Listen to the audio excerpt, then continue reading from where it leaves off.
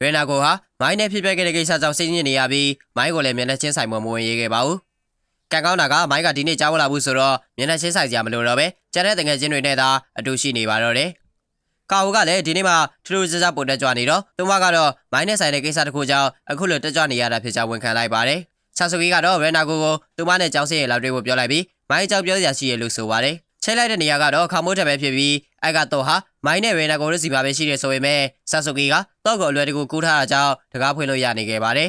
်ဆာဆူကီဟာမိုင်းနဲ့ရေနာကိုတို့ကြားကဖြစ်ပြမှန်သမျှကိုတခုမကျန်သိနေပြီးဒါဟာလည်းမိုင်းကိုယ်တိုင်ကမနေ့ကသူ့ရဲ့အိမ်ကိုလာကအကုန်ပြပြသွားတာကြောင့်ပဲဖြစ်ပါတယ်မိုင်းဟာရေနာကိုကြောင့်လဲငိုခဲ့ရသလိုရေနာကိုဟာသူမကိုနာကျင်ရလုပ်တယ်လို့ဆိုပြီးလဲဆာဆူကီကိုပြန်နိုင်ခဲ့တာပါဆာဆူကီကတော့မိုင်းလိုအရာရာပြည့်စုံနေတဲ့မိန်းကလေးတယောက်ဟာရေနာကိုလိုရုပ်ရည်အမှတ်နဲ့ဆွဲရည်တွေမှာတာမန်သာရှိတဲ့မိန်းကလေးကိုဘာလို့ဆွဲလဲနေရလဲဆိုကစဉ်းစားမရဖြစ်နေရလဲဖြစ်ပါတယ်ရေနာကိုကိုယ်တိုင်ကလည်းသူမဟာမိုင်းနဲ့မလိုက်ဖက်ဘူးလို့တွေ့ကကိုနှိမ့်ချပြီးကိုခံစားချက်ကိုဖုံးကွယ်နေရလို့ဆာဆူကီကထောက်ပြခဲ့ပါတယ်ဆာဆူကီပြောတဲ့အချက်တွေကရေနာကိုခန်းစားနေရတာတွေနဲ့တူတူပဲမလို့ရေနာကိုဟာဆာဆူကီကိုတောင်ထင်ကြီးသွားခဲ့ပါတယ်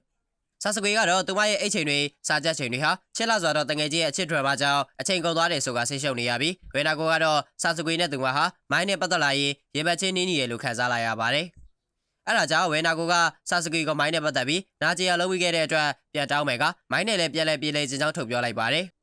မိုင်းကိုတော်သေးဖို့အတွက်မိုင်းအခုဘယ်မှာရှိနေလဲလို့မေးလိုက်တဲ့အခါမိုင်းဟာသူမရဲ့လက်ရှိအခြေအနေအရသူမကိုချစ်တဲ့လူတစ်ယောက်ကဝဲဖောက်ကိုလိုအပ်နေကြောင်းသိလိုက်ရပါတယ်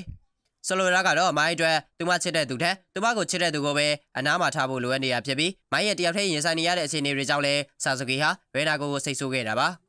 ါအခုတော့သူမရင်ထဲရှိတာတွေကိုထုတ်ပြောပြီးပြီဆိုတော့ဆာဆူကီကမိုင်းကိုရေနာကိုလက်ထက်အထားလိုက်ပြီးဆိုကနှစ်ယောက်စလုံးသဘောတူပေးလိုက်ပါတယ်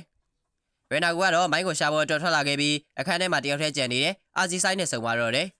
ကျနာတက်တဲ့အာဂျီဆိုင်ကတော့ထုံးစံအတိုင်းရေနာကိုသူမရဲ့အိမ်ကိုလိုက်လေဖို့ခေါ်နေပြီးရေနာကိုကလည်းမိုင်းကိုသွားရှာခြင်းနေပေမဲ့အာဂျီဆိုင်ရဲ့ကျင်နာမှုကိုလည်းမငြင်းချင်ပြန်ခဲ့ပါဘူးအထူးသဖြင့်သူမသာညင်းလိုက်ရင်အရေးလိုအပေကတယောက်တည်းသမားဘဝရောက်သွားမှာကိုစိုးရင်နေရကဘာပြောရမလဲမသိဖြစ်နေပြီးအာဂျီဆိုင်ကိုလည်းအာနာနေရပါတယ်ဒါပေမဲ့နောက်ဆုံးအမွေပြီးပြောချလိုက်တဲ့စကားကတော့အာဂျီဆိုင်ကိုကြိုက်တယ်ဆိုတဲ့စကားပဲဖြစ်ကဒီစကားကြောင့်အာဂျီဆိုင်မှာလည်းမျက်နှာကြီးနေရဲသွားရပါတော့တယ်ရေနာကိုကတော့အတီပေါကြီးနဲ့အာဂျီဆိုင်နဲ့နေရာတူတူရှိနေပေမဲ့ဒီနေ့တော့အရေးကြီးကိစ္စရှိတယ်ဆိုကမျက်နှာချိုသေးပြပါတော့တယ်ဒါကတော့ရေနာကိုတယောက်ဆီယာမကြီးမိုင်းစီကနေတင်ထားတဲ့ကွက်ပဲဖြစ်ပြီးကိုယ့်ရဲ့ခန်းစားချက်နဲ့တစ်ဖက်လူကိုထိအောင်ပြောကလိုချင်တာကိုအရယူတဲ့နည်းပဲဖြစ်ပါတယ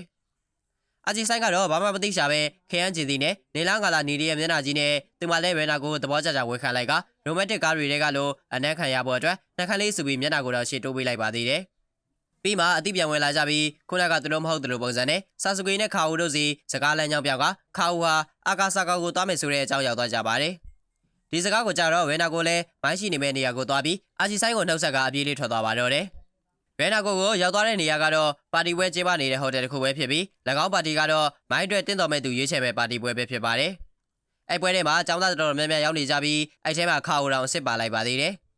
ရေနာကိုလည်းဘုံပေါ်မှာကတ်ထားတဲ့စာတွေကိုခုံစားကြည့်နေတဲ့ခါဦးကိုတော့ဆက်ကဘာတွေဖြစ်နေလဲမေးလိုက်တဲ့အခါမှာတော့မိုင်းကသူမကိုချစ်ကြောင်ဖွင့်ပြောမှုတဲ့သူတွေကိုဒီပွဲမှာဖိတ်ထားကြောင်းသိလိုက်ရပါတယ်ခါဦးကိုယ်တိုင်ကလည်းပေါ်ပူလာဖြစ်တဲ့မိုင်းကိုဖွင့်ပြောမှုတဲ့အချိန်မှာပါနေရဆိုတော့ရေနာကိုလည်းဆုံးအပ်သွားရပြီးဘာဖြစ်ဖြစ်ဒီပွဲကိုရအောင်တားမယ်လို့ဆုံးဖြတ်လိုက်ပါတယ်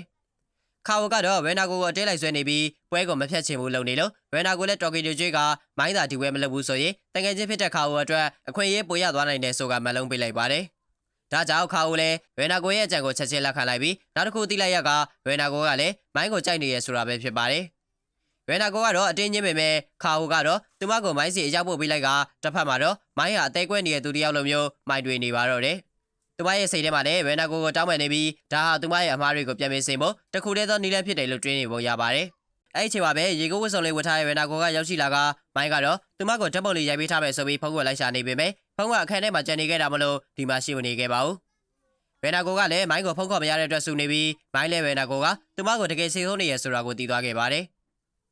ရေနာကိုကတော့ဆာဆူကီကသူမကိုအကုန်ပြပြထားပြီးသားဆိုကမိုင်းကိုလည်းဒီဝဲကိုဖျက်ပြဖို့တောင်းဆိုလိုက်ပါတယ်မိုင်းကတော့လက်မခံတာကြောင့်ရေနာကိုကပဲအရင်ပြန်တောင်းမယ်ကမိုင်းကိုရိုက်ခတ်မိတဲ့အတွက်လည်းပြန်ချော်လိုက်ပါတယ်ဒါပေမဲ့မိုင်းကတော့စိတ်ကောက်နေတဲ့ခလေးကြောက်လိုမျိုးပြမှုလေးကရေနာကိုကလည်းတရားရက်ကိုချစ်သူတော်မယ်ဆိုရင်အခုလိုစိတ်ကောက်ပြနေတာကရိုက်ရကြကြောင်းပြောလိုက်ပါတယ်ချစ်သူထားမယ်ဆိုရင်ကိုကချစ်တဲ့သူပဲထားတင်ပြီးမိုင်းကတော့ကိုတကယ်ချစ်ရသူဟာကိုချစ်သူမတော်နိုင်ဘူးဆိုတာကြောင့်ကိုချစ်လာနိုင်မဲ့တရားကိုပဲရှာနေရဖြစ်ကြောင်းပြောလိုက်ပါတယ်မိုင်းကတခြားတရားကိုပဲရှာတော့မယ်ဆိုတာကြောင့်ရေနာကိုလည်းအတီပေါကြီးဖြစ်သွားရပြီးသူတို့နှစ်ယောက်ရဲ့တငယ်ချင်းလည်းမကရီးစားလည်းမကြတဲ့တိုက်ပွဲဟာအခုထိမပြီးသေးကြောင်းပြောလိုက်ပါတယ် အပိသက်ဖို့ဆိုရင်မိုင်းတယောက်တည်းကဆုံးဖြတ်လို့မရပဲဝေနာကိုကပါဆုံးဖြတ်ပေးမှာပဲဖြစ်ကအခုတော့ပထမဆုံးဆုံးဖြတ်အနေနဲ့အငင်းစကားတွေအသွင်သွင်ပြောနေတဲ့မိုင်းရဲ့နှကန်းလေးတွေကိုတင်ပိုက်လိုက်ပါတော့တယ်။နမ်းပြီးတော့လေဝေနာကိုဟာမိုင်းကိုသဘောကျနေကြောင်းဝန်ခံလိုက်ကအကြီးကရေချိုးကန်ထဲမှာနန်းတို့ကလည်းမိုင်းကိုသူမရဲ့ချစ်သူအနေနဲ့တွေးမိခဲ့ကြောင်းပြောလိုက်ပါတယ်။မိုင်းကိုရိုက်မိခဲ့တာကလည်းမိုင်းထင်နေသလိုမျိုးသူမကိုမုံလို့မဟုတ်ပဲမိုင်းဘက်ကအချိန်နဲ့နေရာကိုနားမလဲပဲတရားလွန်သွားတာကြောင့်ပဲဖြစ်ပါတယ်။မိုင်းအတွက်တော့မျောလင်းချက်မရှိတော့ဘူးလို့ထင်ခဲ့တဲ့ဆက်ဆက်ရေးလေးတစ်ခုဟာအခုတော့အယောင်ပြတ်တော့လာပြီးအချစ်ဆိုတာကသူတို့နှစ်ဦးကြားမှာတစ်ဖက်သက်တည်ရှိနေတဲ့အရာမဟုတ်ဘူးဆိုတာသဘောပေါက်သွားခဲ့ပါတယ်။မိုင်းအတွက်လည်းဒါဟာသူမလိုချင်နေတဲ့လက်တွဲပေါ်မျိုးဖြစ်သလိုဝေနာကိုအတွက်လည်းဒါဟာသူမလိုချင်နေတဲ့အကောင်းဆုံးသင်ငယ်ချင်းပုံစံပဲဖြစ်ပါတယ်။နှစ်ယောက်သားခန်းစားချက်ကိုစီမူအပြည့်နဲ့ရေကန်ထဲကိုအတူတူခုန်ချလိုက်ကြပြီးရေကန်ထဲကအနမ်းလေးတစ်ပွင့်ကိုလှပစွာပုံဖော်ကြပါတော့တယ်။အဲ့လိုနဲ့ပဲနှစ်ယောက်သားကပြန်စီပြေးသွားကြပြီးမိုင်းကလည်းပွဲကိုဖျက်သိမ်းလိုက်ကအဲစားလာရောက်ပေးကြတဲ့သူတွေကိုမိုင်းကတောင်းပန်တဲ့အနေနဲ့ဂီတာတီးပြလိုက်တော့အားလုံးလည်းကျင်းနေသွားကြပါတော့တယ်